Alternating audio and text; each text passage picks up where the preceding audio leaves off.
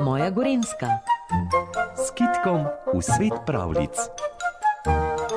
Tudi v današnjem torkovem popoldnevu si bomo na Radiu Sora vzeli čas, da se s Kitkom potopimo v svet pravljic. Danes nam bo Romana Hafnar, knjižničarka iz knjižnice Ivana Tavčarja Škofja Loka, prebrala slovensko ljudsko pravljico Gorski mož pri Peričniku.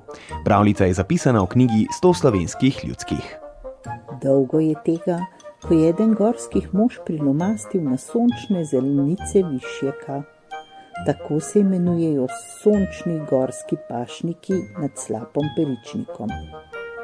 Z njegovim prihodom se je končalo mirno in srečno življenje kmetov in pastirjev v prelepi dolini v okolici bajno lepega Peričnika. Gorski mož si je sredi gozda iz kamenja in bičevja sezidal brlog in od tam hodil k pastirjem po ovce in krave. Malopridnemu požrešnežu ni bilo nikdar dovolj. Pastirji so dolgo časa potrpežljivo čakali, kdaj se bo lakotnik nehal mastiti z njihovo živino, a ko so videli, da čakajo za manj, so se odločili, da ga bodo pregnali. Niso pa vedeli, kako bi to storili, a spoznali so, da si morajo izmisliti dobro zvijačo. Premišljevali so in premišljevali, a ničesar se niso mogli domisliti. Prav tiste dni je v Mojstrano prišel star berač z imenom Kosobrin.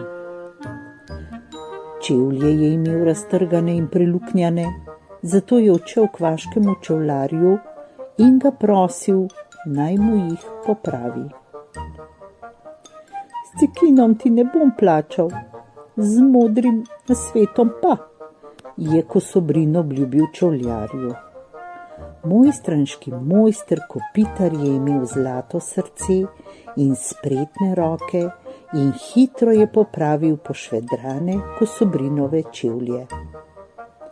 Zdaj pa le z nasvetom na dan, prerok Kosobrin, je dejal beraču, ko mu je dajal popravljene čevlje. Sem slišal, da bi se radi znebili gorskega moža, je zaupno šepnil Kosobrin in nadaljeval s povzdignjenim glasom. Ravno ti, mojster vseh mojstrov, si poklican, da preženeš gorskega moža od tod. Da bi se jaz z gorskim možem ruval? Misliš, da sem nor? Se je branil čevljar.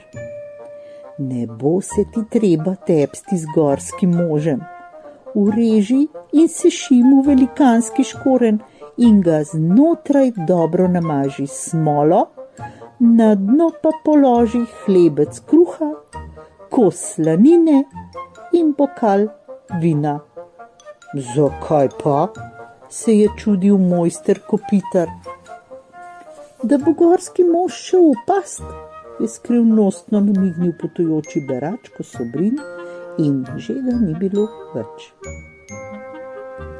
3 dni in 3 noči je mojster Kopitar delal velikanski škoren. 4. dne je bil gotov. Mojstrančani so ga naložili na lojtrski voz in ga odpeljali na travnik blizu Peričnika.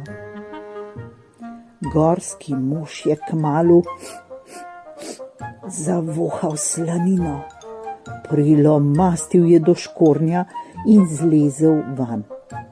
Pospravil je jedačo in pijačo na njegovem dnu, ko pa je hotel zlesti na beli dan, je ugotovil, da ne more.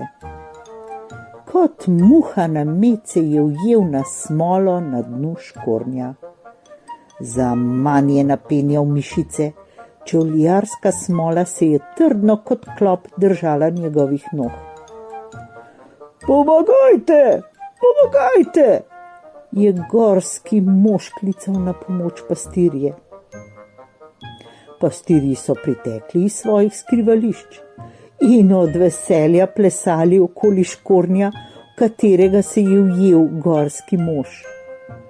Ujeti Hrust je toliko časa milo prosil pastirje, naj ga osvobodijo, da so se omehčali in obljubili, da ga bodo izpustili, če bo zavedno odšel iz slovenskih krajev.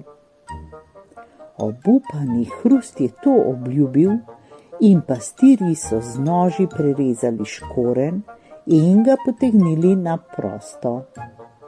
Bil je ves bled od strahu in smola se ga je držala od pet do glave. A kakor je bil malopriden, dane besede ni požaril.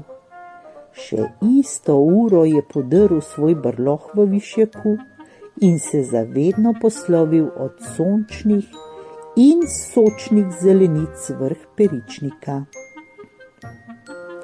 Nad pastirskimi kočami je spet zavladal mir in sreča se je spet naselila pod njihovimi slamnatimi strehami. Do danes pa je Peričnik ohranil spomin na ta davni dogodek. Če pogledamo slap od strani, vidimo, da ima še danes obliko velikanskega škornja.